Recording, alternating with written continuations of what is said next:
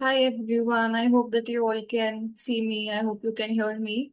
And I hope you can also see my screen. Can you respond with a thumbs up if yes? Or you can just write a yes in the chat box. Okay, great. So, yes, welcome to the fifth session of our Essential series. I hope that you are enjoying the classes. I hope that you're learning something new from the classes. I also hope that you are revising the content at your end once the classes end and you are also attempting the mock tests. So, mock test for the previous chapter, Motivation and Emotion, has already closed, or if it's about to be closed very soon, I can just confirm that with you on the WhatsApp group. And we will be proceeding with personality now. So, no matter which entrance you're preparing for, whether you're preparing for CUET PG or you're preparing for UGC NET or you're preparing for MPhil entrance exams, personality is a huge part of all of these exams. And in CUET, you can of course expect 2-3 questions every year from this topic. In UGC NET also 2-3 questions can be there, and MPhil entrances also do have this unit as a part of the syllabus. So that is why we find it very important to study this topic. Okay, so let us begin. And those of you who are new to today's class, once again introducing the Cyclopedia. So we are a platform co-founded by me. My name is Vidhi and Manvi Jain. We offer preparation courses for exams like CUET, UGC NET, and MPhil, which is now MCLIN-SCI. And yeah, I think we have already closed the early bird for CUET PG, and I'm very, very excited to teach the ones who have registered. So yes, if you are yet to register, you can probably bring in your friends, your classmates, so you can just share the form on open WhatsApp groups or Telegram groups if you'd like some group discount too. And our course is also starting from August, so I'm pretty excited. A lot of behind the scenes work and preparation is going for that. Yes. So let us finally start by understanding what personality is. So can you tell me in the chat box, what is your understanding of your personality? What key terms or what features or what qualities of personality come to your mind when you hear the word personality? So a few responses in the chat box. Based on my understanding, personality is dash. I think that one of the qualities about personalities is one of the features of personality is okay. So looking at all the responses, Khushi is saying the mask we wear in public is called personality. Isha is saying traits, characteristics, our interaction with the environment. And Vesha is saying characteristic way in which we explain someone. Soumya is saying stable traits. Sara is saying individual characteristics that make people different from each other. Simran is saying the way we portray ourselves. Yes, so all of you are correct in some way or the other, but I would like to tell you that the terms personality, trait, and values, character, these do not mean the same thing. And actually, in class 12 NCRT, they have very nicely explained it's class 11 or class 12 NCRT. In that, they have very clearly differentiated between all of these terms. So we don't want to get confused in that. Even temperament versus personality, they're not the same thing. It is said that temperament is more inborn, temperament is more innate within us, and personality is only something which is formed after 18 years of age, right? So that's the difference between temperament and personality. Yes. So it's not there in today's PPT, but it came to my mind. So I just told you, important difference. Yes. So taking from all the responses that you have given in the chat box, let us now understand what personality means in the psychological context according to our textbooks, right? So, like a lot of people say that, oh, iski personality to badi achhi hai. This girl has a very nice personality. Why? Because probably she portrayed herself very smartly in some social setting, but that's a very surface level understanding of it. That's not how psychology explains personality. That's not how psychology understands personality. So let us look at the key features and the key terms of personality according to psychology. So first of all, we say that it is stable. What does stability mean? What does stable mean in this context? Tell me one thing, if there is a person who is pretty extrovert, Will they display their extroversion? Will they display their friendliness and their talkative nature only in their office party? Or will they also display it in the family function, in their birthday party, with their friends, or with the neighborhood party? Yes, they would display it everywhere, right? So that is what stability means. Let's talk about altruism for that matter. A helpful person, will they help someone only in their office, or will they also help someone on the road? Like an old person wants to cross the road, so they will help them. Or the neighbor is stuck in an emergency, so they will help them also. Or maybe they find a homeless person on the street, they will help them also. So will an altruistic person help um, only one or two people selectively, or will they help everywhere? Yes. So that is what stability means. That personality to some extent is stable. It's not like one day you are this person, next very fine day you've become a completely different person. That's what it means, right? Stability, you can say, or you can also talk about consistency in that matter, that your traits will remain stable to some extent. But again, this doesn't mean 100% stability. We always use the word relatively stable. Why? Because let's say this neighbor was very rude to my family members, or this neighbors did something bad to me, then I might not want to help them. Or what if I see a criminal on the road? I may not want to help them because they have done something bad. So that means relatively, because there could be some changes here and there depending upon the context and situation. Okay, so whatever your personality is, it gives rise to different types of thoughts, emotions, and behaviors. Thoughts, for example, people who help others are very kind, or we should help others. Emotions, meaning that after helping someone, I feel good. Behaviors, meaning that I go and donate some part of my salary every month. Right, so whatever your personality is, of course, it will give rise to the way how you think, behave, and feel about a situation. Next, consistency. We have seen that to some extent it is stable and consistent. You will display the same pattern of thought, emotion, and behavior across different situations, across different time, across different situation. And it is also dynamic, meaning that every person is quite unique, every person is quite different. No two people will have the same personality. That is the general understanding of personality in psychological context. But I have seen an MCQ in one of the previous year papers. They were asking that who has given this definition that has been highlighted by red color. Can you tell me the name of the person? And we have also attached a photo of him over here. So tell me who has given this definition in the red color. Yes, it is Gordon Allport. It is written here also. Gordon Allport is very important figure in the field of personality. He has given the trait theory, and he is also called the pioneer of personality psychology because his work is so influential. So he is a very important person. We need to know about his contributions and this definition he has given. Now let us understand what this definition means. Let's try to break it down. Personality is the dynamic organization. Okay, whenever my voice breaks, I will have to turn off my camera for some time. And when it's better, I can turn it on again. Okay, is it better now? Okay, great.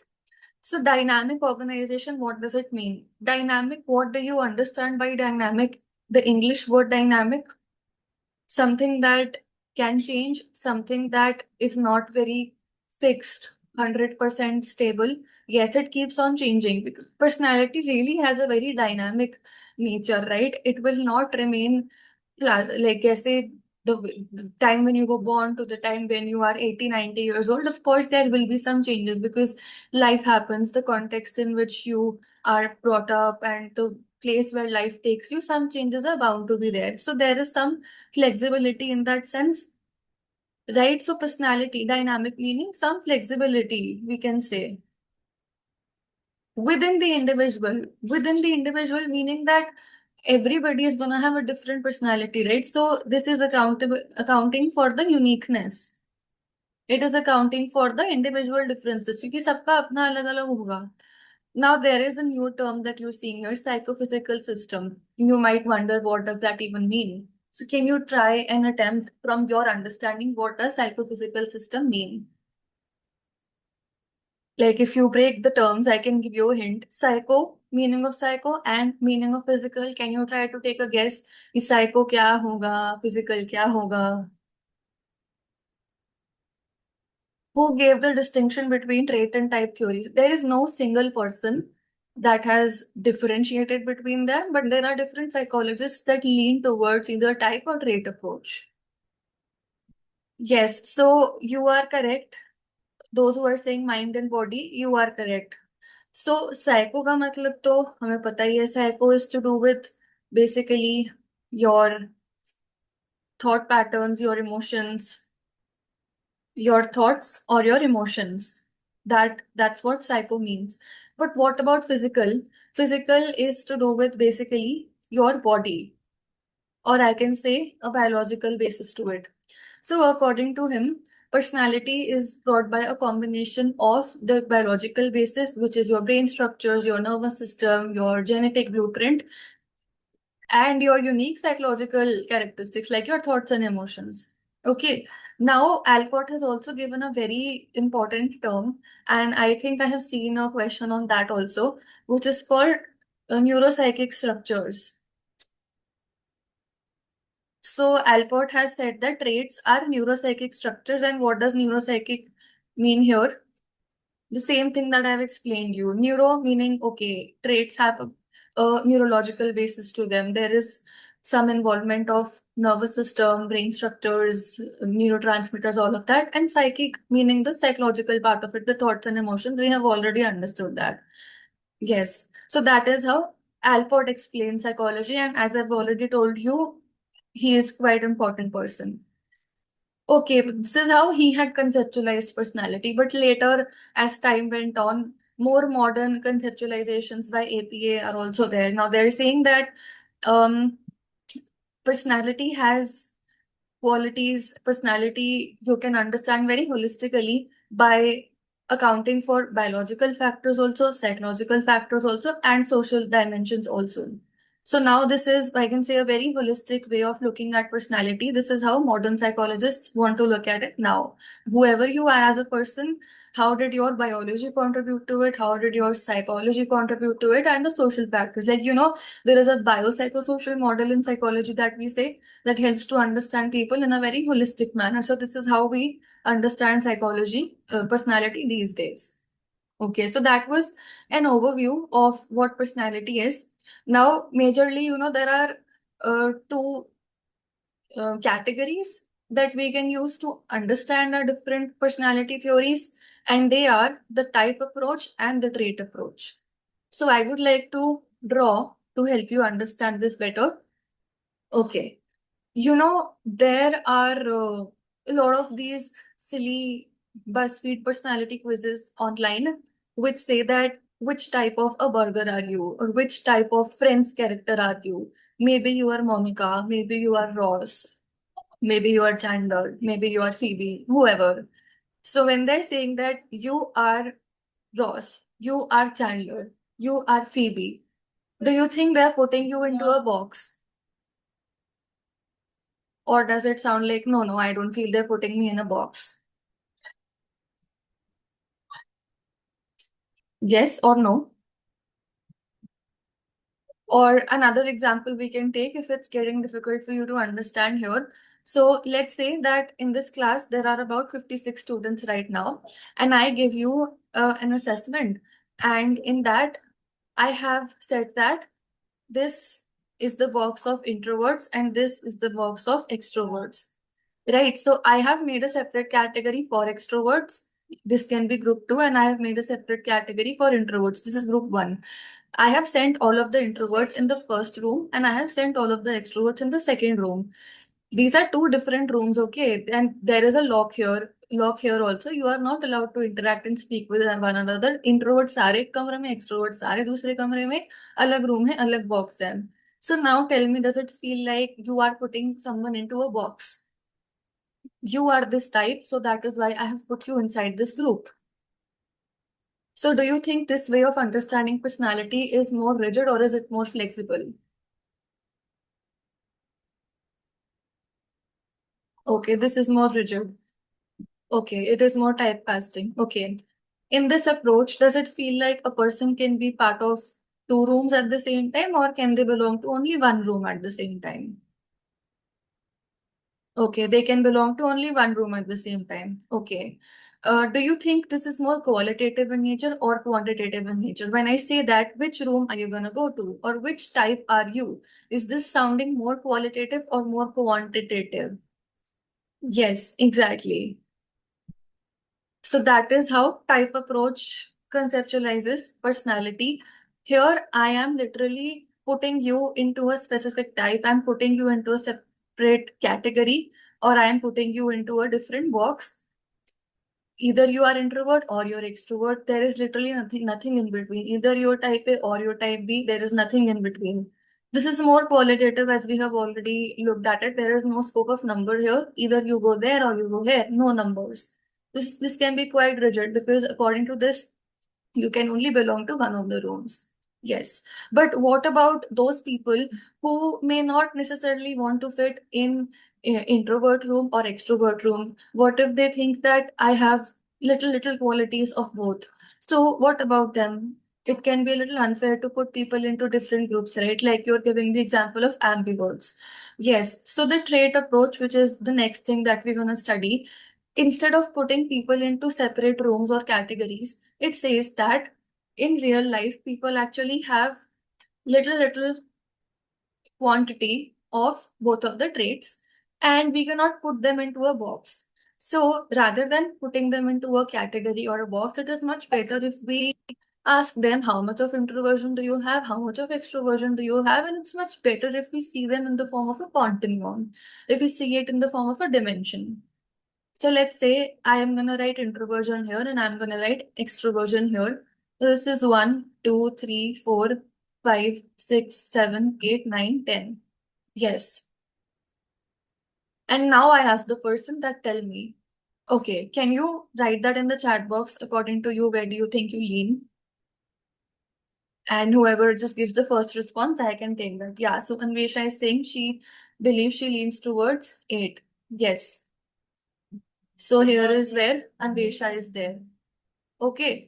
So, Anvesha, you tell me, and others can also answer on behalf of her. Does this sound more qualitative or quantitative now? The question that I'm asking, how much of introversion do you have? How much of extroversion do you have? This is much more quantitative in nature. And does it sound rigid or flexible? तो पहले वाला we have seen कि वो थोड़ा rigid है क्योंकि आप एक ही रूम में डाल रहे हो but Anvesha says no no I don't want to go in one room only this is more flexible for me. Yeah, so this one is quantitative in nature. It asks how much of this trait do you have rather than what kind of trait do you have. It's how much of this trait. Much more flexible because you can score anywhere along the continuum. And see here we are saying that ऐसा नहीं है कि आपको हम एक box में डाल देंगे क्योंकि आपके पास उस ट्रेड की अलग क्वांटिटी हो सकती है या तो आप में वो ट्रेड काफी ज्यादा होगा या तो आप में वो ट्रेड काफी कम हो सकता है तो हम देखते हैं कि एक डिमेंशन पे आपके पास वो ट्रेड कितना है varying degree of the same trait इधर it can be high medium और low right and as we seen it is understanding in the form of a continuous dimension. So tell me that if I want to measure someone's personality, should I use the type approach or trait approach? I want to measure it. Look at the word measure. Yes, if I want to measure, then trait approach is better because, of course, it is quantitative. It's not putting anyone in a box very rigidly. Yes, so if you have understood the difference between diet and trait approach for the first time, how many of you understood this for the first time? Like earlier, you didn't know about it, or earlier maybe you had a different understanding of it, but now you, okay, I knew it already. That's quite great. But for those who got it for the first time, anybody? Or maybe earlier you had little understanding of it, but now the understanding is much more strengthened. Okay. Okay, glad to see that. So, Khushi, if you knew everything, then the next questions you are gonna answer. सारे MCQ में सबसे पहले answer आप ही देना, ठीक है? सारे follow up questions के भी. Okay, so we will be starting with the trait approach first, okay? And trait approach, there are quite important people.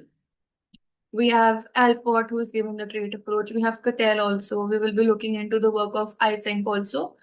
All of these people are there, so let's understand it one by one. Before jumping into the work of psychologists, let us understand the basic assumption about the trait theory and what it is trying to say. So I've turned on my camera for some time. If my voice breaks again, please tell me and I will turn it off for some time. So just now we have understood what the trait approach is like. Can you tell me keywords from your understanding that what is trait approach like? अभी हमने देखा. Just now we have seen. Just now we have seen कि trait approach के क्या features होते हैं, क्या assumptions होते हैं उसके. We have seen that it is flexible. We have seen that it is qualitative. Okay, I'm turning my camera on. कोई problem हो तो बता देना. Yeah, we saw that it is looking at it in terms of a dimension on a continuum. And we also saw कि हमें measure करना है तो हम इसे use कर सकते हैं. ठीक है. Right. No, you are making a mistake here. Based on categories, it's the type approach. And somewhere above also, uh, yeah, you only said it as rigid. So maybe you may want to revisit the recording later. I think you're mixing both of them. Yes, categories is type. Okay, so let's understand trait approach a little more. So, trait theories want to explain personality in terms of relatively stable characteristics. And we have already seen that personality is relatively stable. I didn't say that it is 100% going to stay the same from your life to death. Of course, the situation and the context you are in, the environment where you brought up in, there can be certain variations slightly. Yes, and of course, these things are called traits. Traits can vary from person to person. That's where it is so unique. Individual differences are there. And depending upon that, the person will have the thoughts, feelings, and behaviors accordingly in a very consistent manner. We have already seen that in the first slide. It's just a repetition of that. Now, what exactly is a trait? Trait is relatively enduring. Enduring means nothing but stable. We have already seen that. एक तरह से revision ही हो रहा है आपका. And through whatever trait you have, you are gonna respond in a certain way across different situations. Like I told you about the example of altruism before.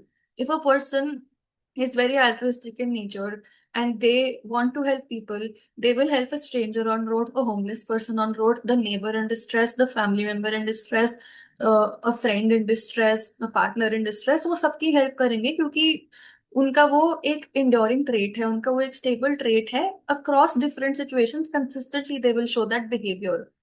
Right, and that is why it is said here also in black that it is not a momentary state. ऐसे नहीं कि एक दिन help करी कल तो नहीं करनी help. It is very stable tendency, right?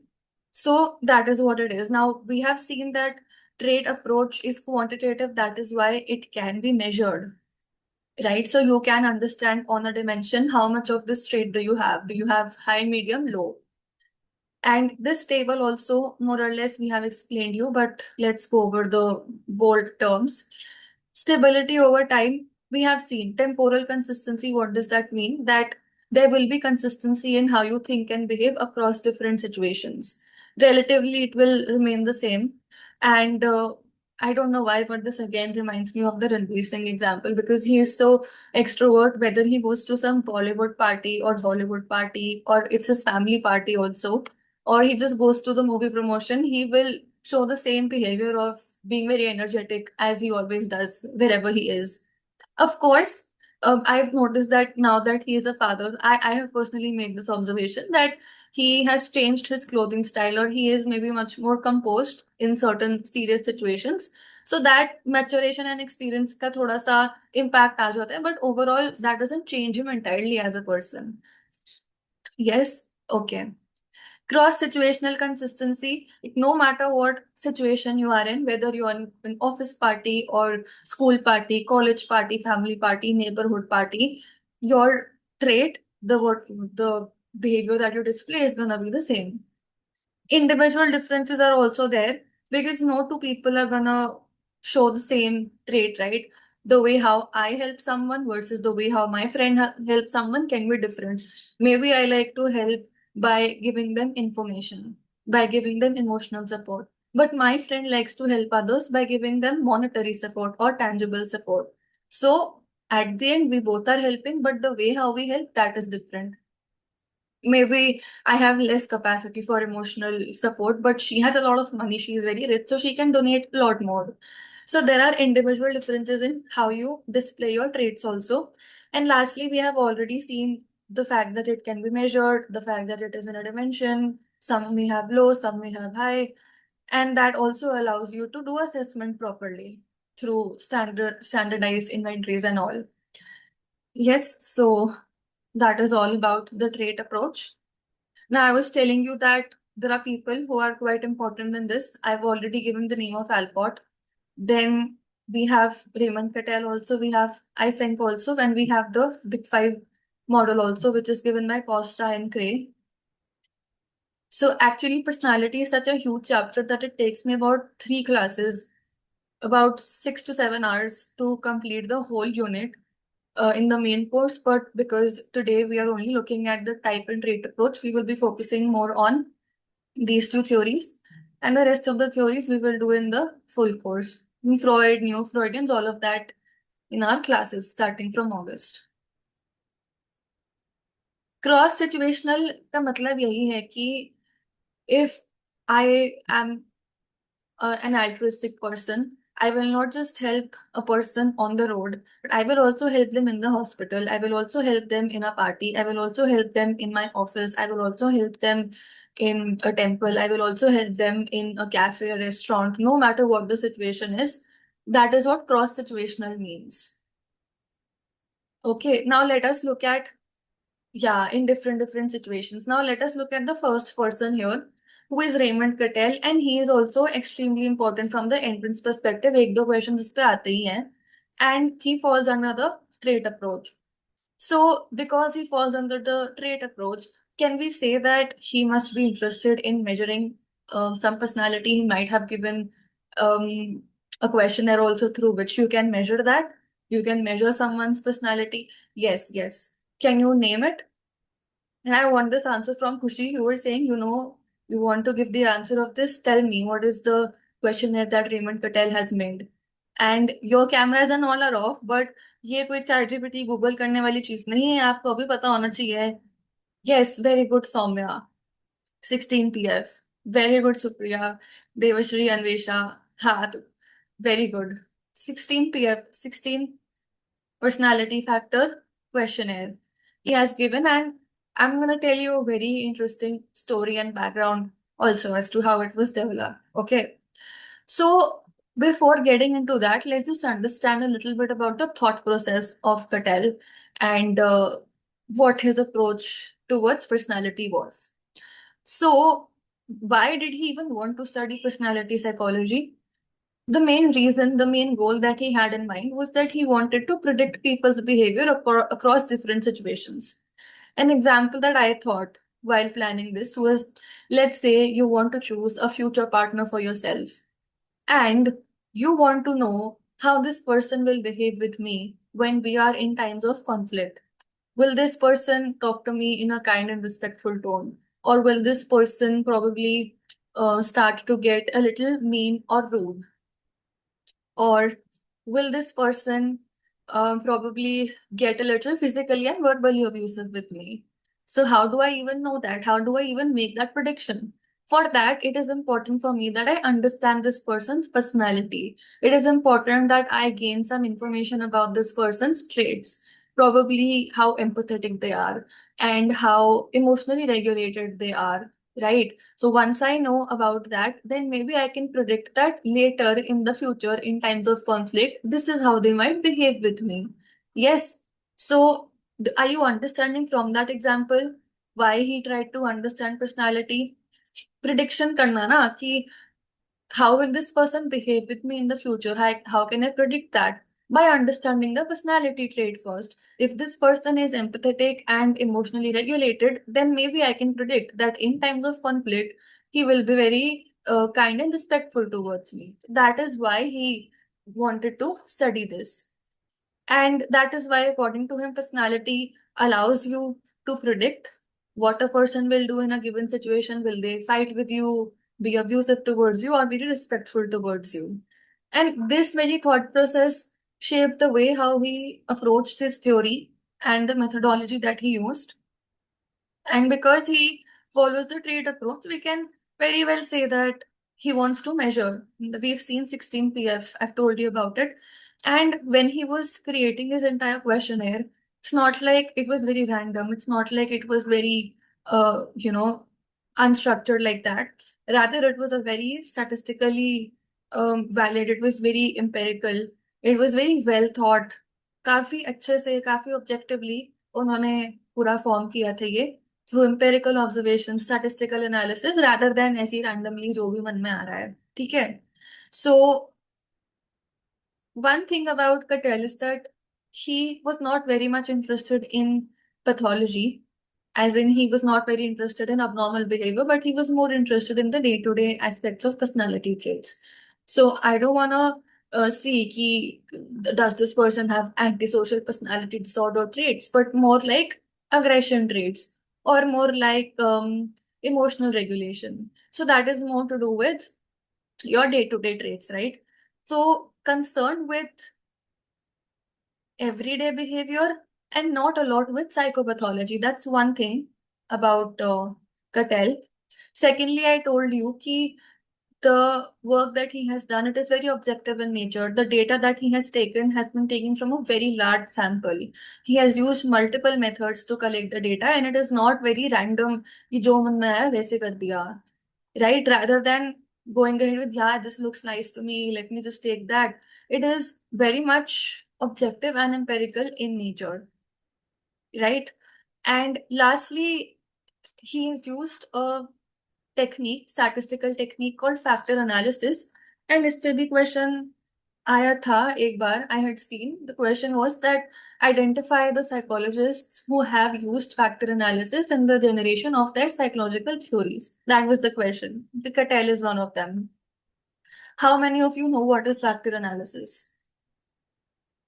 If you know, you can say yes. If you don't know, you can say no. I don't expect you to know it actually because you must be in bachelor's or maybe first year master's, I don't know. But this is actually higher level concept. If you don't know, that is okay. Chalo, those who know, I would really like you to unmute yourself and explain your understanding of factor analysis. So, who raised?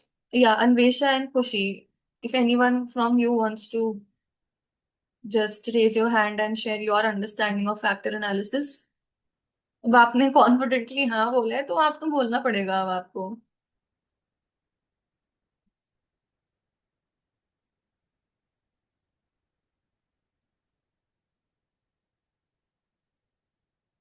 Soumya is saying clubbing similar traits to form one.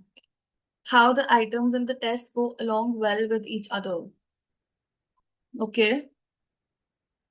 Sort of, you are going towards the right direction, but of course that can be refined a little more. I'll explain you what the whole thing is. What happened, Anvesha and Khushi? Maybe you would like to revise more upon it, but for now, let me teach what factor analysis is and in the form of a story, what did he actually do? So, Cattell was actually very inspired by the work of Alcott and Henry Odbert, who were basically contributing to the field before him. And after taking inspiration from them, he started to generate as many traits as he could from the English language. And ultimately, the list became so huge that he realized that I have gathered 4,500 trait terms from the English language.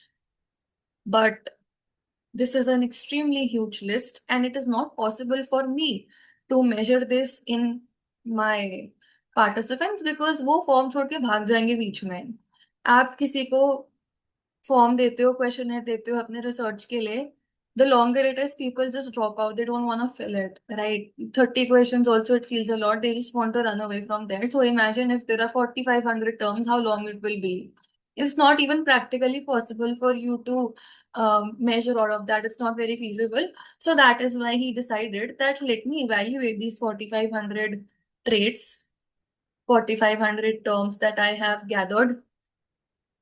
इनमें से कुछ words ऐसे होंगे जो काफी similar होंगे एक दूसरे से, meaning there must be some words which will most likely be the synonyms of one another, right? For example, helpful is one word and altruistic is another word.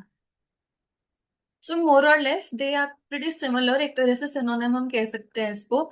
So if it is just increasing the list, let me just eliminate one of these. Let me just eliminate the synonym. So I'm removing helpful and I'm only keeping altruistic.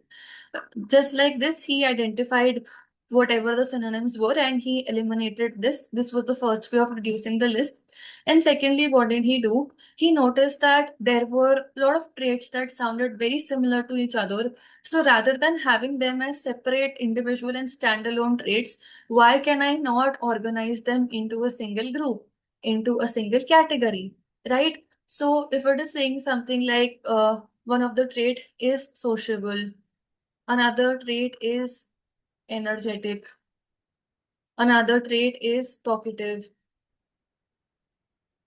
Yes, so can I not club this together? Can I not group this together into the category of extroversion? This will make it much more shorter. It will group the similar traits, and 4,500 will sort of just come down to very much lesser number, which is more practically feasible for me to measure and do my analysis on. So this technique is basically a short understanding of what factor analysis is, but of course in the stats classes, this is taught much more in depth. So yeah, do you know how many he was ultimately able to come to after reducing this huge list of 4,500 traits? Just take a number. What do you think वो कितने पर ला पाया था उसको? 16. तभी तो उसका नाम 16 PF है. वो 4,500 से 16 पे लेके आ रहा है. So you can imagine how much of a task it would be. Yes, so this is factor analysis. Right. Now let us read what this is. I have already explained, but we can read this. So Raymond Cattell has created the 16 personality factor questionnaire. The technique that he has used is factor analysis, and they do ask a question on, tell me what is the technique that Cattell has used. Tell me who all have used factor analysis, right? And he started with extensive list, which is 4,500 traits, but then he eliminated the synonyms and he grouped similar traits to bring it down to 16. That is factor analysis. Yes. Now, the second thing that we need to understand from Cattell approach is the difference between source traits and surface traits. So he has given two types of traits which make up personality: source and surface traits. Okay, so there is a very nice diagram on the next page which will help you understand the difference between source traits and surface traits. So look at this iceberg which is there. As you see the iceberg, you can see that there is a major part of the iceberg which is lying under the water. This is something which is much more deeper. It is something which is forming the core of it. It is something which is very much stable. It is something which is very much like a building block.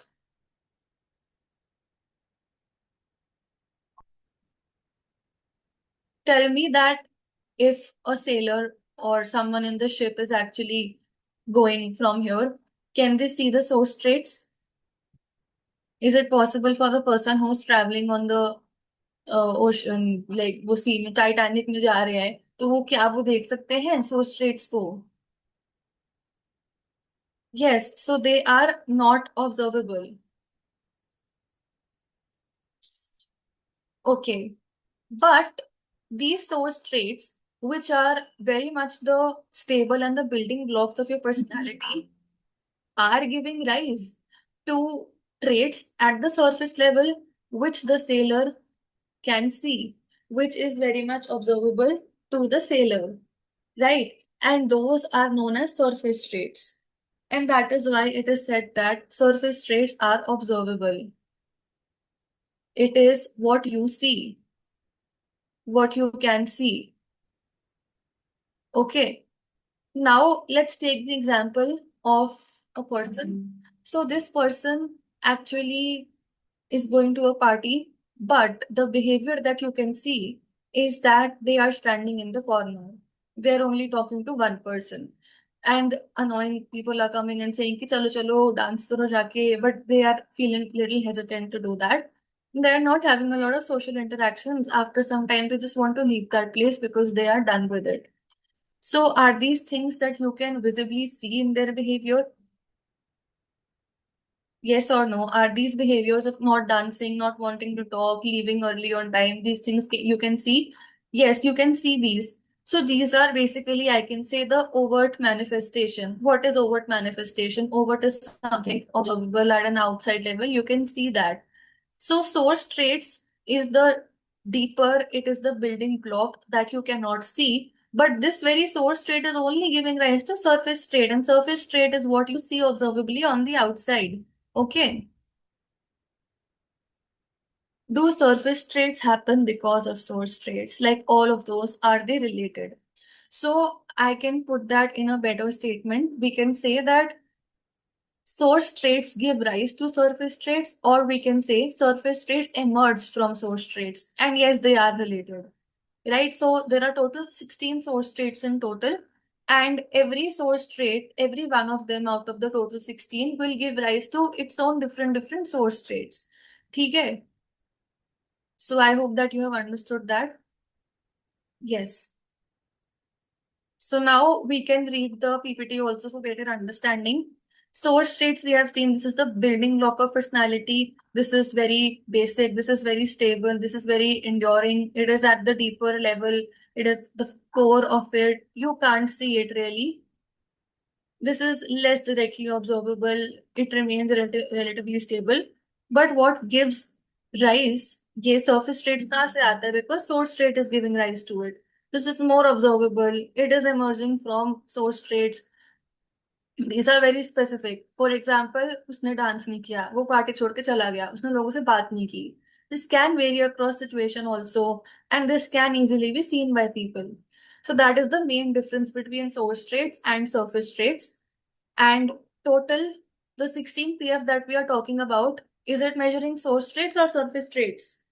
16 PF जो है Cattell का, what does it measure? Source traits or surface traits?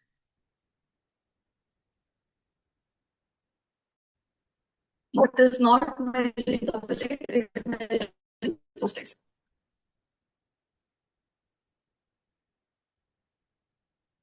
Source traits, okay.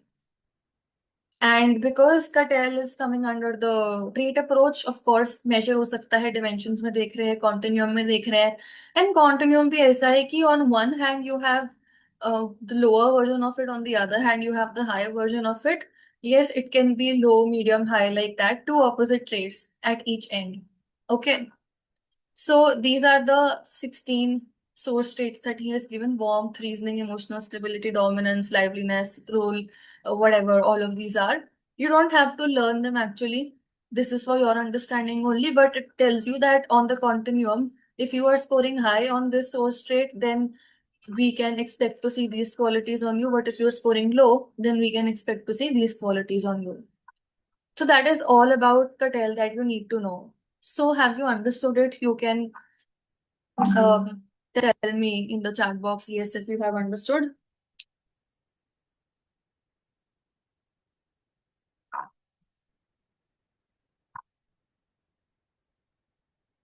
Okay, great. So now we are moving on to the next approach, which is the pen model, which is given by Hans Eysenck. And this is again very important. You can, of course, expect questions on this. So, first of all, what is Eysenck's belief about traits and what does he think about it? What is his approach towards it? Just like someone in the past said that traits are a neuropsychic structure. Who is that person? Can you tell me who said? कि trades एक neuropsychic structure है, किसने बोला था ये? Alport had said that, right? Meaning that traits have a neuropsychological, meaning brain component, your nervous system का component, and psychological component. Similarly, Eysenck is saying that traits are inherited, meaning whatever you are inheriting from your parents or your grandparents or your ancestors, तो एक अगर ये inherited है, so can we say that traits must be having a biological basis or a genetic basis? Like, we say that this person has inherited thyroid or diabetes from the other ancestors and family members. So, why? Because probably there is some genetic component to it, there is some biological basis to it. तो अगर कोई कह रहा है कि trades inherit किए जा रहे हैं, दैट नेचुरली मीन्स कि ट्रेड्स के पास एक बायोलॉजिकल बेसिस है, जेनेटिक बेसिस है, नर्वस सिस्टम का बेसिस है, right? So just like Alport said that traits are neuropsychic structures, similarly, Eysenck is saying that traits are having biological and genetic basis. And why I'm telling you such a basic thing? Because questions come on this. This is not useless information. Actually, you can see the PYQs, you will find questions on this. And remember, I was telling you previous question in the past, they asked that who all have used factor analysis. Even Eysenck has used factor analysis just like Cattell. Yes. Now, the name of his theory, the name of the model that he has given, it is called the Penn model. And this Penn model is actually a mnemonic only. What does it stand for? P stands for psychoticism, E stands for extroversion, and N stands for neuroticism. And these three traits that he is talking about, they are called super traits, right?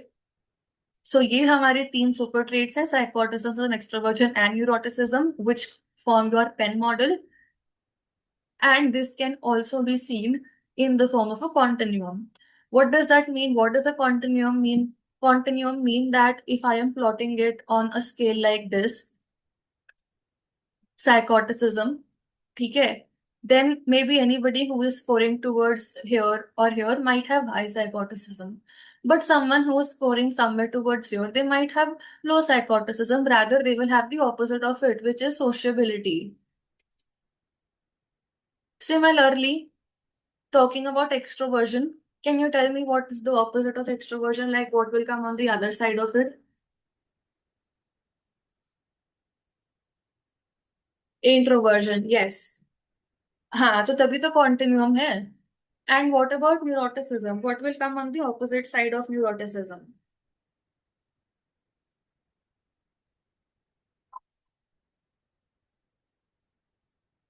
Emotional stability. Yes, those who know, very good, that is correct. Yes. So, Penn model, three super factors I told you. These three are independent from each other. Extroversion एक चीज है, neuroticism दूसरी है, psychoticism अलग है. अगर आप continuum पे देखोगे, here you will find introversion. अगर आप इसको continuum पे देखोगे, here you will find emotional stability. And if you see here on this continuum, you will find sociability. And let me tell you that originally these two were only there, but psychoticism versus sociability, it was added later in the updated ones, right? तो पहले ये दो थे, फिर ये बाद में आया, P versus S. Yeah, so I've already explained his understanding of personality traits, meaning biological and genetic basis. Yes, see, genetic influence, neuropsychological basis है इसका, and यहाँ पे भी factor analysis use किया गया है. Traits को we are seeing on continuous dimension rather than putting them in categories. Yes, so that is the understanding. Now you may be wondering कि क्या है, what does psychoticism mean? What does sociability mean? What does neuroticism mean? What does emotional stability mean? So we will be looking into that also. Probably you already know basic things about extroversion versus introversion. इसका मतलब ये नहीं है कि extrovert को party में जाकर लोगों से बात करना पसंद है, इंट्रोवर्ट को घर पे बैठ के बुक पढ़ने में मजा आता है. That's not what it means. Basically, the psychological understanding of this is that where you direct your energy. So direction of energy, wherever you direct your energy, do you direct your energy externally or do you direct your energy internally? Right. So for extroverts, they obtain their energy from external sources, meaning talking to people and going out. But for an introvert, that will not be a source of energy, rather, it might drain them out. For an introvert, they might get their energy, the source of their energy might be spending time with themselves, solitude, doing something by themselves. But the same thing might drain an extrovert out. So extroversion versus introversion की जो चीज है ना, it just means कि आप अपनी energy के source कहाँ से लेके आ रहे हो, अपनी एनर्जी को कहाँ डायरेक्ट कर रहे हो, एक्सटर्नल सोर्सेज और internal sources. That is what it means. Okay, so the quality is accordingly like if you're high on extrovert, probably you are sociable and talkative, lively and expressive. You like to go out, talk to people, carefree and energetic. You probably seek excitement through external stimulation and you enjoy group activities and all. But someone who is scoring low on extroversion would be quiet and reserved, like the opposite of it completely. They might enjoy reflective activities and looking inwards. They might be careful and thoughtful. They might be focused on internal things. They might not want a lot of excessive stimulation and they prefer solitary activities. That is the basic understanding between extroversion and introversion. Now, because we have seen in the beginning of this PPT that according to Ising, traits have a biological basis, let's also see what did he say about this.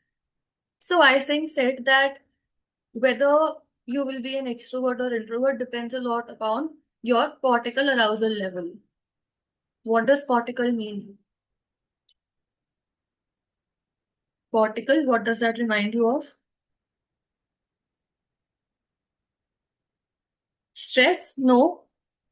No, cortisol नहीं, ये अलग चीज है. Cortical. Have you seen the word subcortical areas? कहाँ के होते हैं subcortical areas? Yes, cortex. You are saying yes, cortex. Cortex किस चीज की बात हो रही है यहाँ पे? कॉर्टेक्स क्या होता है, कहाँ मिलता है आपको cortex? Okay, prefrontal cortex is one part of the dash. Which organ of the body? Brain. Yes. So cortical arousal का हम cortisol and stress की बात नहीं कर रहे हैं. This is to do with the brain activation, basically the brain arousal. So I think believe that people who are extroverts, they probably have lower baseline arousal of the brain, and that is why in order to increase that, they like to seek stimulating activities.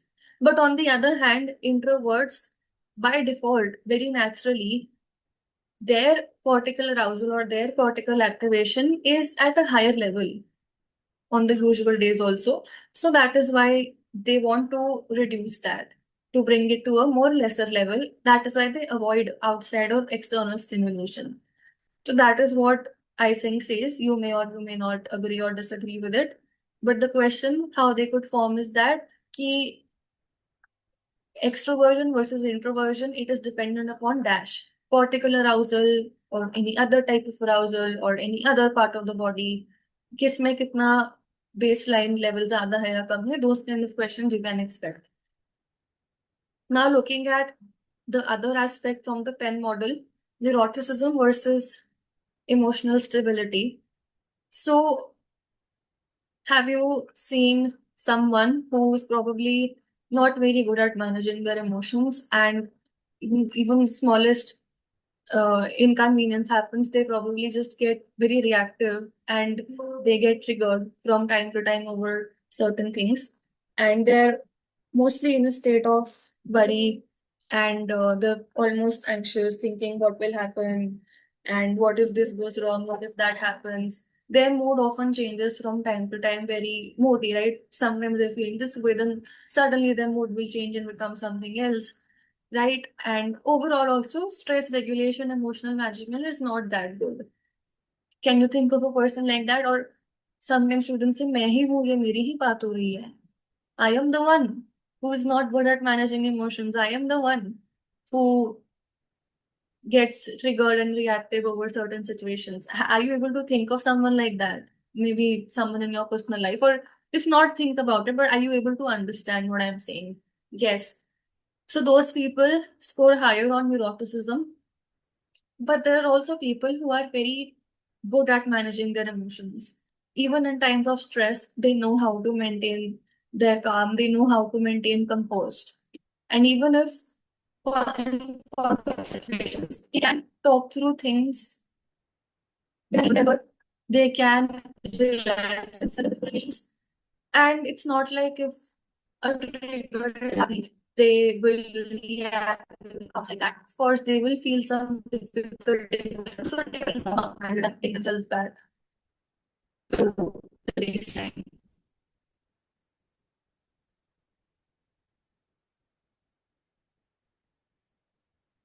Okay, if my voice is breaking, give me a second.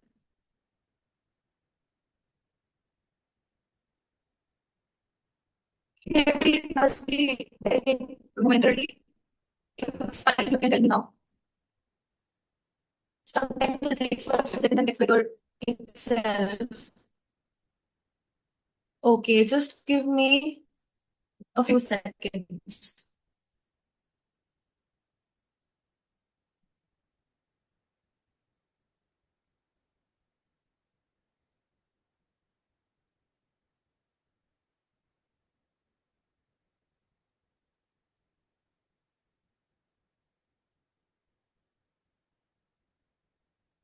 Okay, is it better?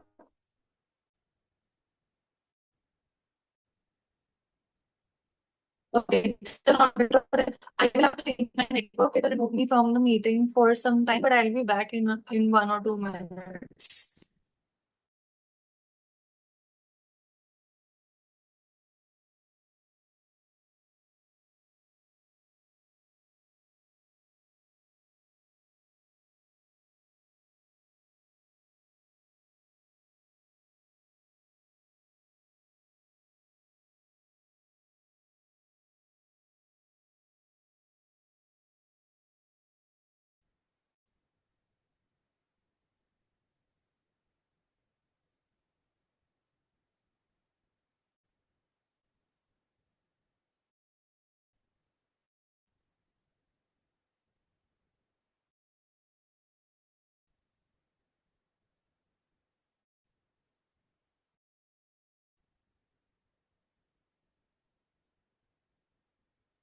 Okay, now tell me, fine, I have changed my location and network.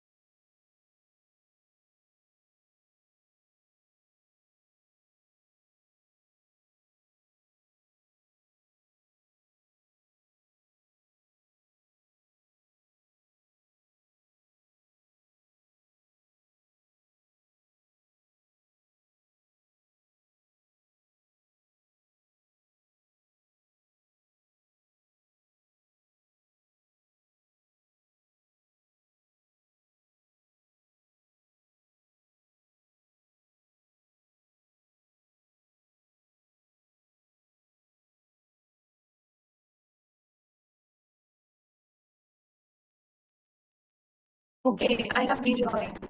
So can you let me know if it's fine now? Or if it's still breaking, then I will have to go in from my phone.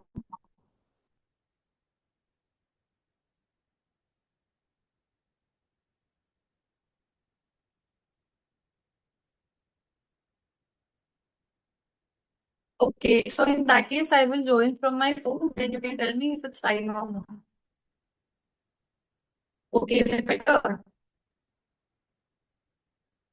Someone said it's better. You can hear for a minute or two and then tell. कोई बोल रहा है better है. Okay, I will join from phone.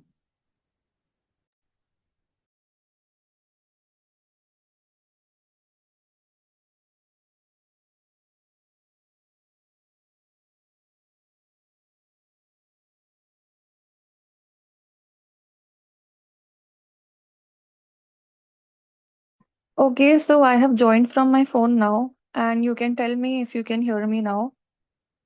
My phone network is actually very good. I don't think there should be a problem now. Okay, I'm actually working from both my devices. I'm speaking through my phone, and I have the presentation open from the laptop. So, okay, fine. If this is really good, then maybe we can work like this also. Okay. So let's continue from where we left. What was I telling you about? We were talking about neuroticism versus emotional stability.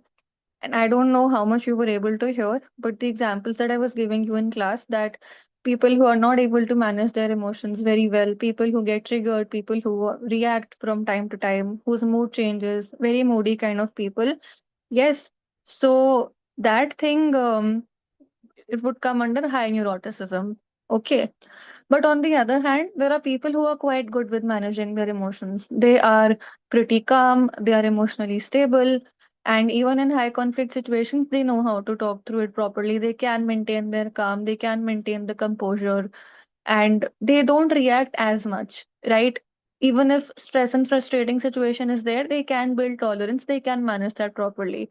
So इतने ज्यादा इनको stress related concerns नहीं रहती हैं. So high neuroticism and low neuroticism would be called emotional stability. All right, I've already told this to you. Now, what is the biological basis for the same? Biological basis में हम देखेंगे कि you only tell me that person who is having high neuroticism, would they be having high fight or flight or low flight or flight?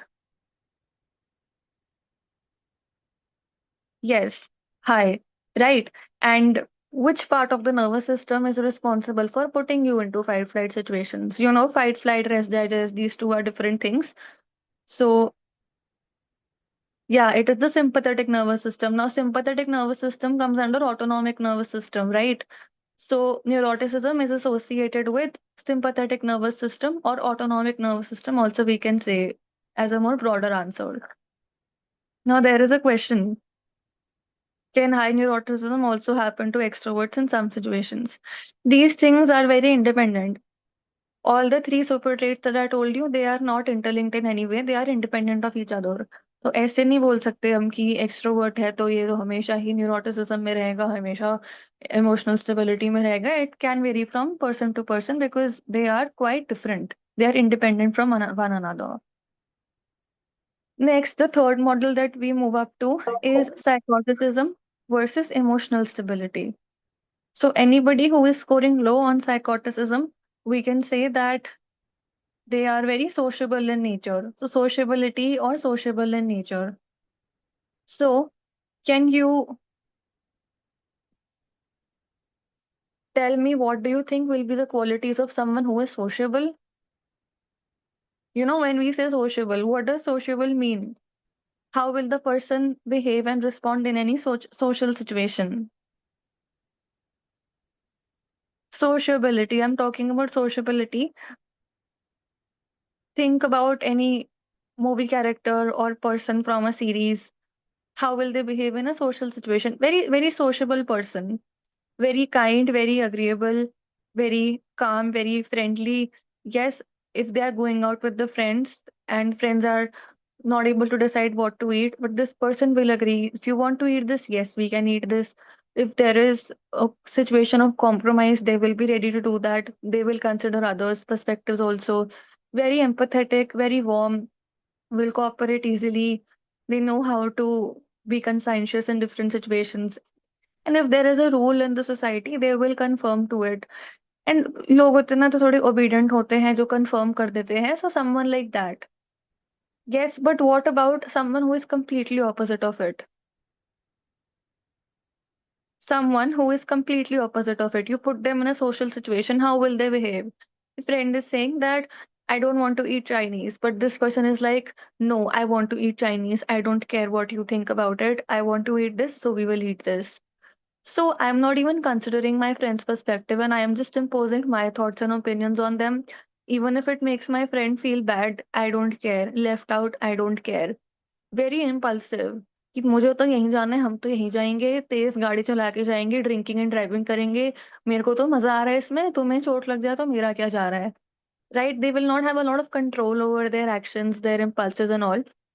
They can be very aggressive, they can be very hostile, very egocentric, emotionally cold, impulsive, as I told you, and they generally do not want to follow any rule of the society only. If there is a rule that you shouldn't drink and drive, if there is a rule that you should be quiet in a certain space, you should not litter on the roads. No, I don't care. I will do it. So empathy wise also very low, and ऐसे होता है कि after you hurt someone you feel guilt, but they will not have any guilt like that. That is why they're very highly impulsive, and they will do actions which might bring them at a risk, or others also at a risk. That is why disinhibition. Okay. Now actually psychoticism and psychosis are two different things. Psychosis is something that we study in the abnormal psychology classes, so maybe I can teach you about it at that time. So that is all about Ising's model that we need to know. And today the speed is a little slow, partly because of the network problems and all also. But I discovered that in my phone the network is good. So in the next classes I can join from my phone only. So we are done with trait approaches for today. Can you tell me from 1 to 10 how much your understanding of this topic is like?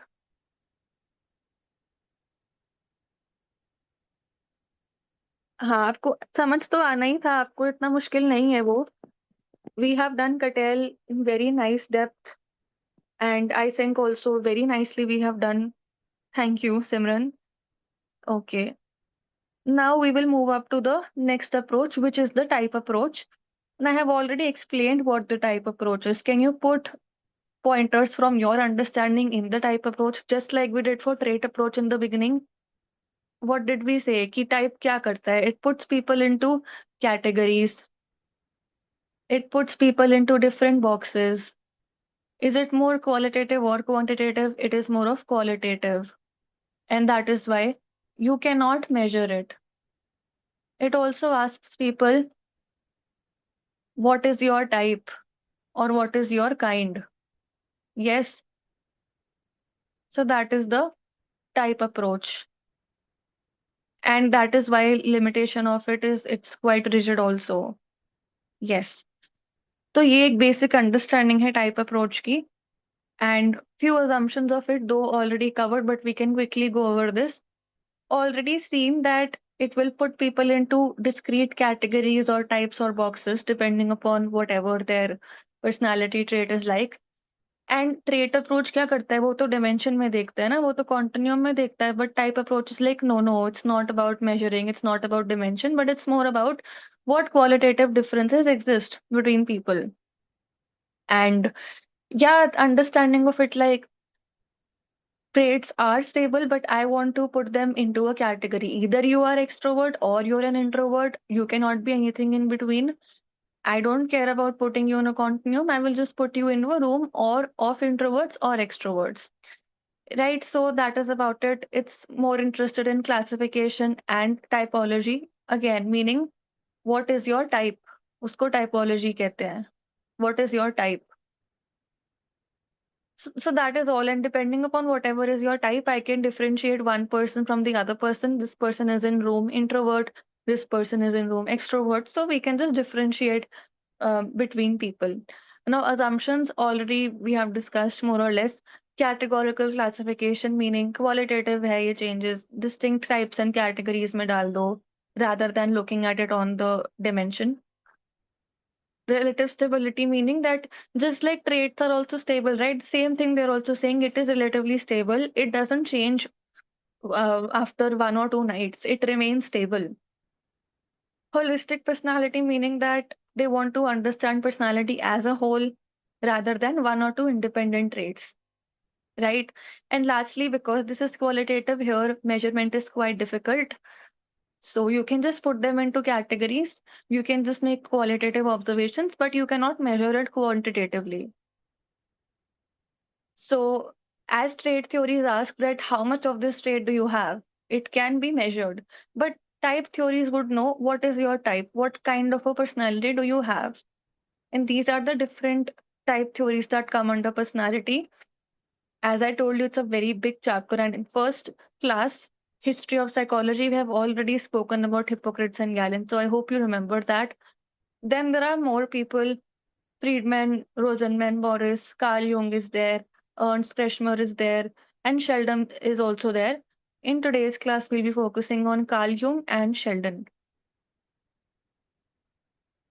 So let us start with Sheldon's theory, and the name of his theory is somatotype theory. If you break down the word somatotype, can you tell me what does soma mean? Type का मतलब तो हमें पता ही है. Type literally meaning what is the type, and soma meaning body. Yes. So do you know what did William Sheldon believe in? In single sentence, William Sheldon thought that depending upon whatever your body type is, depending upon whatever your body build is, you will be having a specific temperament associated with it. तो अगर आपका body type, आपका body build ऐसा है, तो मतलब आपका temperament ऐसा होगा. Right? So that was a very initial primitive understanding of personality according to William Sheldon. Right? So he was American. We not interested in that कि American है कि Chinese है. But the theory that he proposed was constitutional theory. What does constitution mean? Basically, how you're built. अगर आपने किसी chips के packet के पीछे देखा होगा, constitution of this chips packet, it doesn't mean कि जो बी आर अम्बेडकर ने कॉन्स्टिट्यूशन बनाया उसकी बात नहीं हो रही है. Constitution meaning how it is built. If I can explain constitution in very simple English words, it just means how something is built. So, how is your body built up? In context of body, we are understanding how body is built. तो जो भी आपका body structure है, meaning your somatotype, it is related to your temperament. And how did he even come up with this? He had used very large sample size. He had done a lot of observation, approximately 4,000 male colleagues, as you can see here also.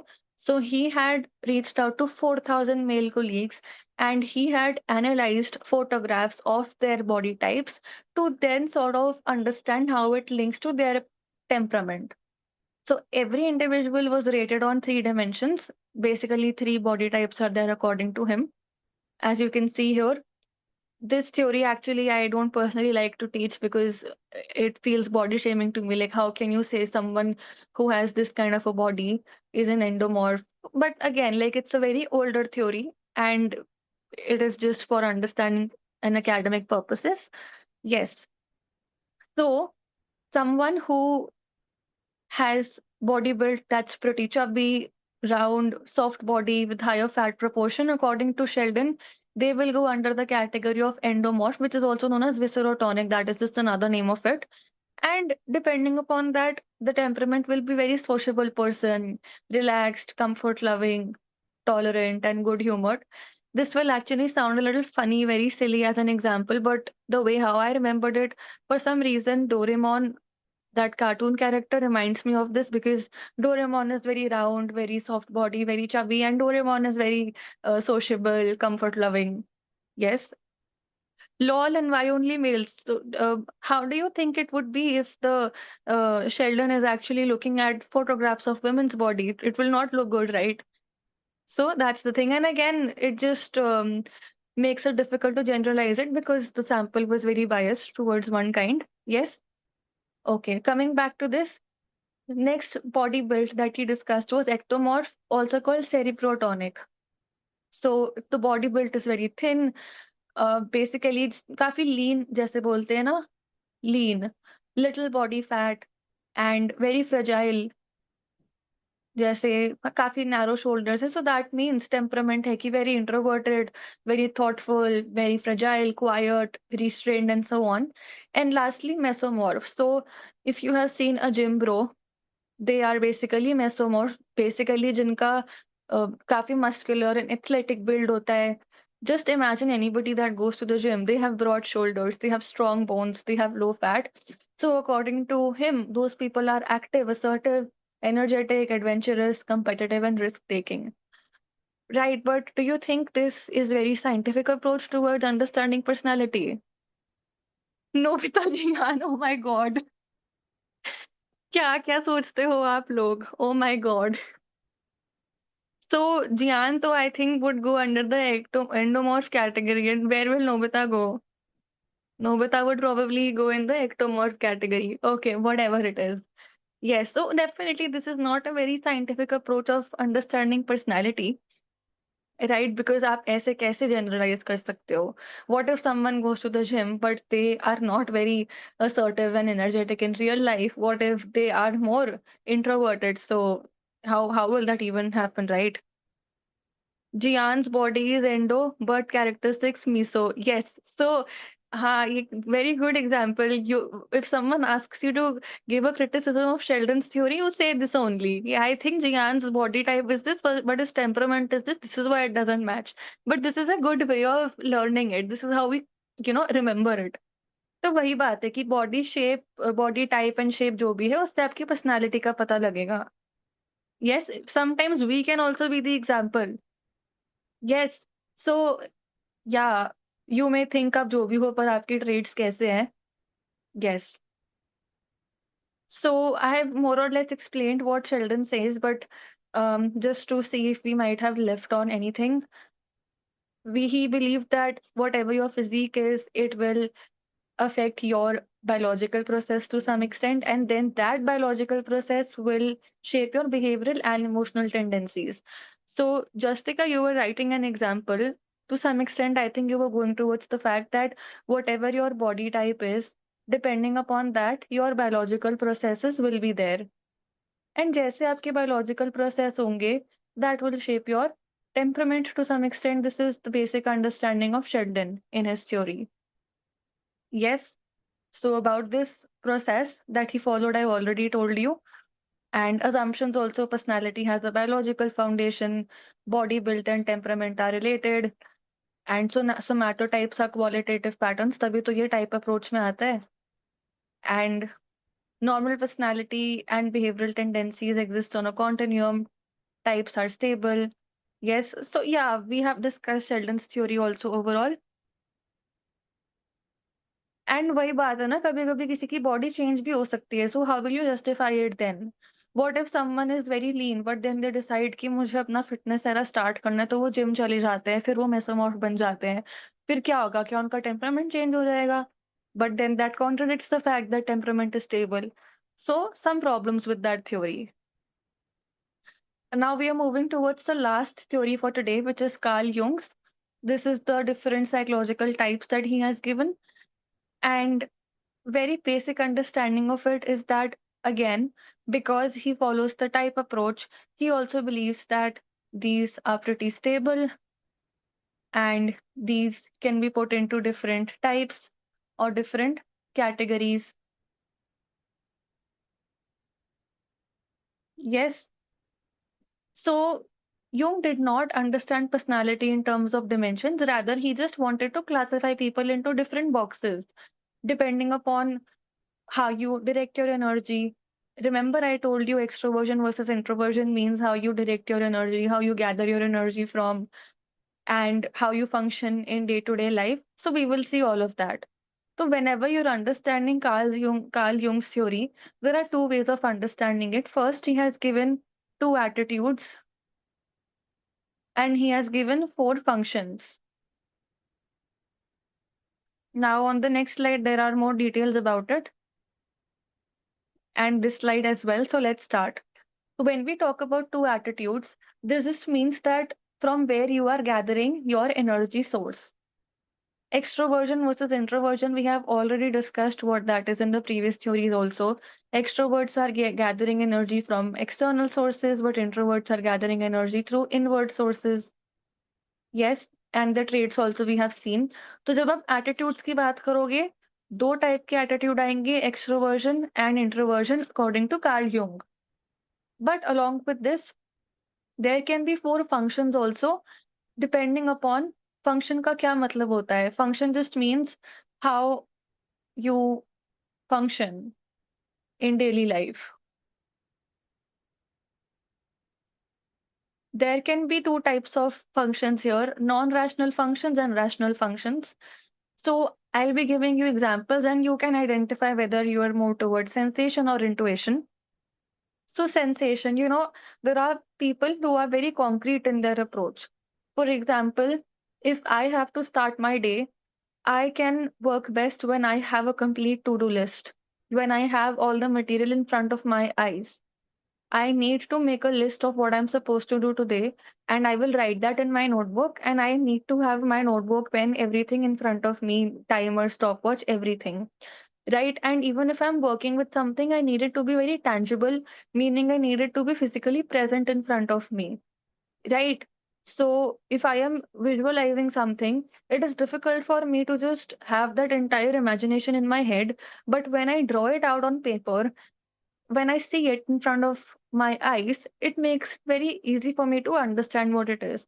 That is why you will notice that in classes also, I write things on the screen. I make some drawings on the screen because that is how I understand it, and I am able to better explain you also this way. So, concrete means basically anything that you can tangibly see. You can tangibly see it in front of your eyes. Concrete मतलब वो physically आपके सामने present है. It is right there in front of you. What is present in front of you, what is actual. I might have difficulty visualizing and imagining things, but if it's there in front of my eyes, i can I can just function a lot better. That is why to-do lists and having things right there drawn in front of my eyes. Yes, but intuition, that is quite different. So these people do not need concrete information in front of themselves.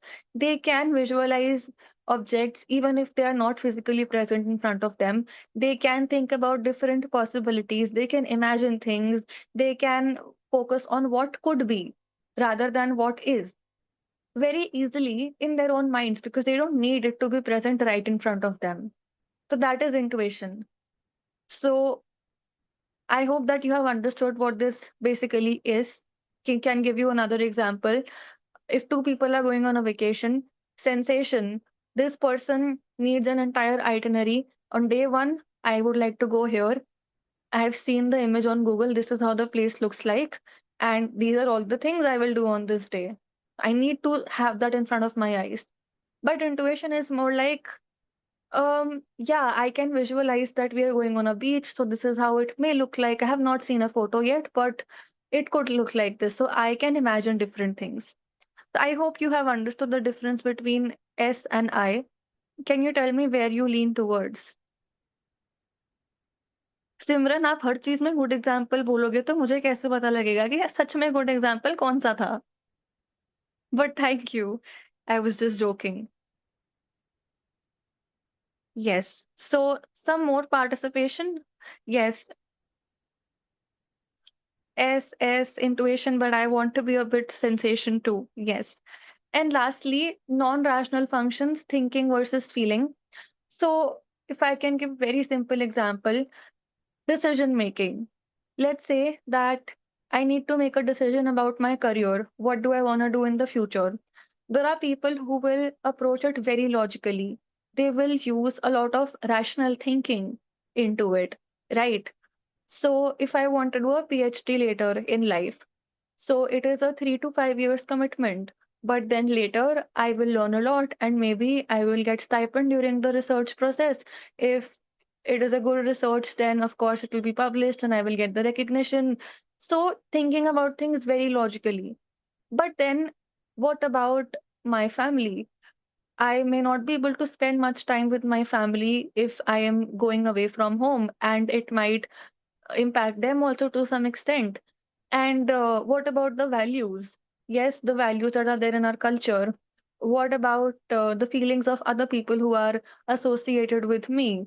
Lot of people who probably have children or people who have a spouse, for them it's very difficult to manage all of those things, right? So they also have to consider the impact of all of this on their family also. So that is basically thinking versus feeling.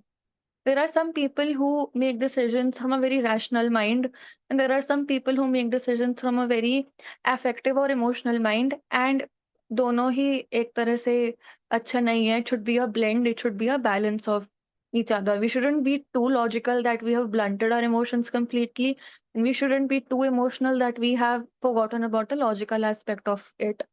So that's the main difference between thinking and feeling, right? Now, some of us may lean towards T or some of us may lean towards F. That depends from person to person. And all of us have a dominant attitude, right? कितने attitudes होते हैं? Can you tell me in number? How many attitudes are there?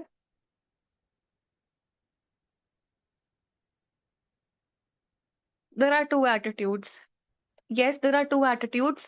So you will have a dominant attitude. One of those two may say either you may have dominant introversion or you may have dominant extroversion. That depends from person to person. So one dominant attitude. But then from the functions also, you might have one dominant function. Either your sensation could be dominant, or your intuition could be dominant, or your thinking could be dominant, or your feeling could be dominant.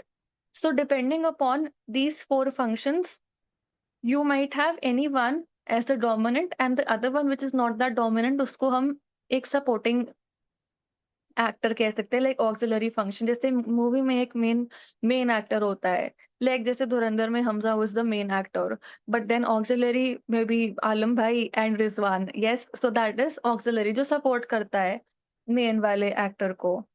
ठीक है, तो इसके हिसाब से आपकी कितनी combinations बन सकती हैं. So two attitudes, one can be dominant, right, and four functions, any one will be dominant. So using this, you can actually make 8 combinations. What could those 8 combinations look like? It could either be extroverted sensation, extroverted intuition, or extroverted thinking, or extroverted feeling, or introverted sensation, introverted intuition, introverted thinking, introverted feeling. So these are the 8 combinations that can be created depending upon whatever is dominant in you, right? So 8 combinations ऐसे बन जाते हैं. This is just a summary of it basically. Two attitudes, four functions, we have seen it, we have explained it also. And जो 8 combinations मैंने आपको बना के दिखाए थे, it is already written here. Extroverted thinking, extroverted feeling, extroverted sensation, extroverted intuition, introverted thinking, introverted feeling, introverted sensation, introverted intuition. So these are the four. Yes. Now we can move on to the MCQ practice of today's class. And आज थोड़ा सा लंबा extend हो गया हमारा, so we will have to complete this. And if anybody has a doubt, I can take that in the beginning of the next class itself on Wednesday. So you have the MCQs in front of your eyes and you have to tell your answer in the chat box.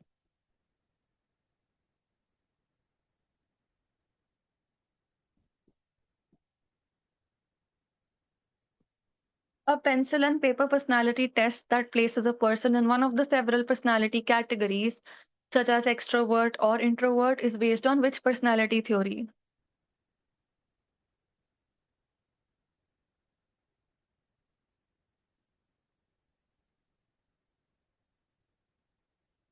Please read it again. Sometimes the questions that are made by NTA are made in a manner that the given options may not be correct also.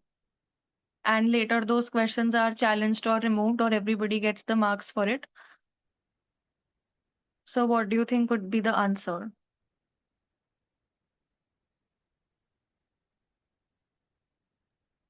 तो अब आप type approach बोलने लग गए हैं. See, there is a certain problem in this thing कि इसका answer type approach होना चाहिए. Why? Because the word category is written.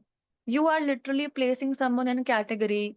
Either you are extrovert or you're introvert. So it has to be type approach, right? So directly the answer type approach is not given in this. So you could challenge this question. You could ask NTA, actually पैसे देके NTA को आप इसका answer challenge करा के change भी कर सकते हो.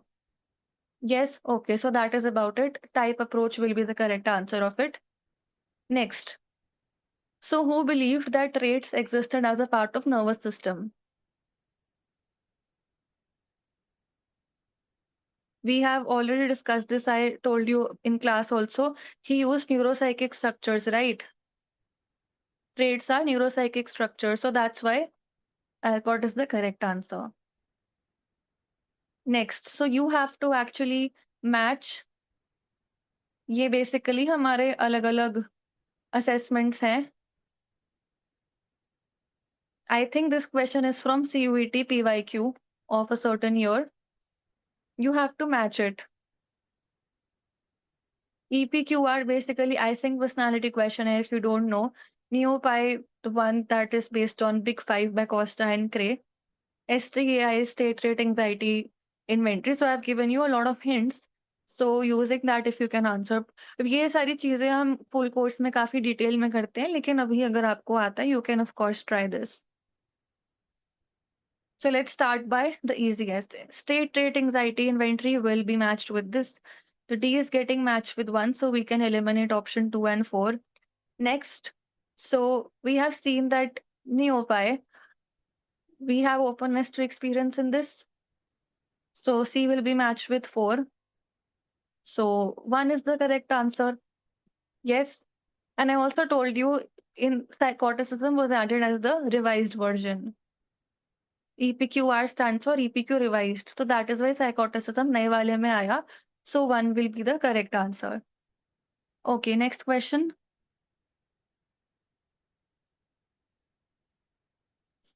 MBTI, you might get one question on this. Which dimension is measured by the MBTI? And many of you might have taken the MBTI on yourself. What does it measure? It measures I versus E, yes. It measures thinking versus feeling, yes. It measures perception versus judgment, but it does not measure angry versus calm. ये इन्होंने ऐसे ही डाला है, and ये भी नहीं. So, whose theory do you think MBTI is based upon? If you have understood what we were studying, then you should be able to answer yes. It is based on Jung's typology, MBTI. Yes. Okay, next question. So, this girl loves to stay with her boyfriend. She is sociable, energetic, and lively. So, on the personality dimension, she would be classified as yes, very simple, extroverted, stable, clearly written, sociable, energetic, and lively. So, extroverted to hai hi. How can you say she's unstable? There is nothing in the MCQ that points towards this. And she doesn't sound like an introvert at all. What's there to do with passive aggressive? And this option is also there to confuse you. Okay, next question. Now, one of these self-report inventories of personality is used for diagnosis. And even though we have not covered this in the class, but assessment is an important portion that we do in the main course. Yeah, MMPI too. This is Minnesota Multiphasic Personality Inventory, right? So yes. So how many source traits did Cattell use in developing his personality? 16 source traits. We have already seen that. Okay, next. Identify the trait theory that is not based on factor analysis. एक question आया था which is based on factor analysis. अब ये question है कि which is not based on factor analysis.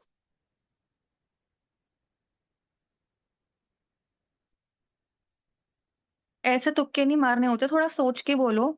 जो class में पढ़ाया है उसको यूज करके बोलो जो सीखा है आपने. Because most of you are giving the wrong answer.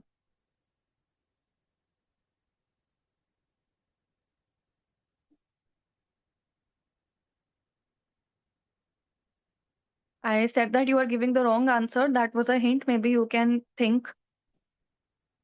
See, Eysenck's was based on factor analysis. We just saw that in the PPT. It's very clearly written. Cattell's was also based on factor analysis, explicitly mentioned in the PPT. Costa and Cray also based on factor analysis. We did not do that in class yet, but it is based on factor analysis. But Alport की तो नहीं है based factor analysis पे. Hence, one will be the correct answer. Now, this is very simple. We have gone over this time and again, and if you get this wrong, then I will be quite offended. Yes, thank you for giving the right answer. Trait is correct. Okay, now this is the last question for you. So, what is that approach which groups and classifies people based on the common characteristics that they have using psychometric tests? And this is a actually higher level concept जो हम main course में करते हैं, लेकिन आपके लिए एक new learning ही है, even though I have not taught you. It is the nomothetic approach, right? ये हमने आपको कंफ्यूज करने के लिए डाला है ये two options. Nomothetic approach, you can classify people into different categories. An idiographic approach focuses more on the uniqueness of people. Yes. So that brings us to the end of today's class, and I hope that this was helpful. And I'll see you all in the next class where we will continue with the series on Wednesday. Yes. All right. I hope this was helpful. So let's meet on Wednesday. All right. Take care, everyone.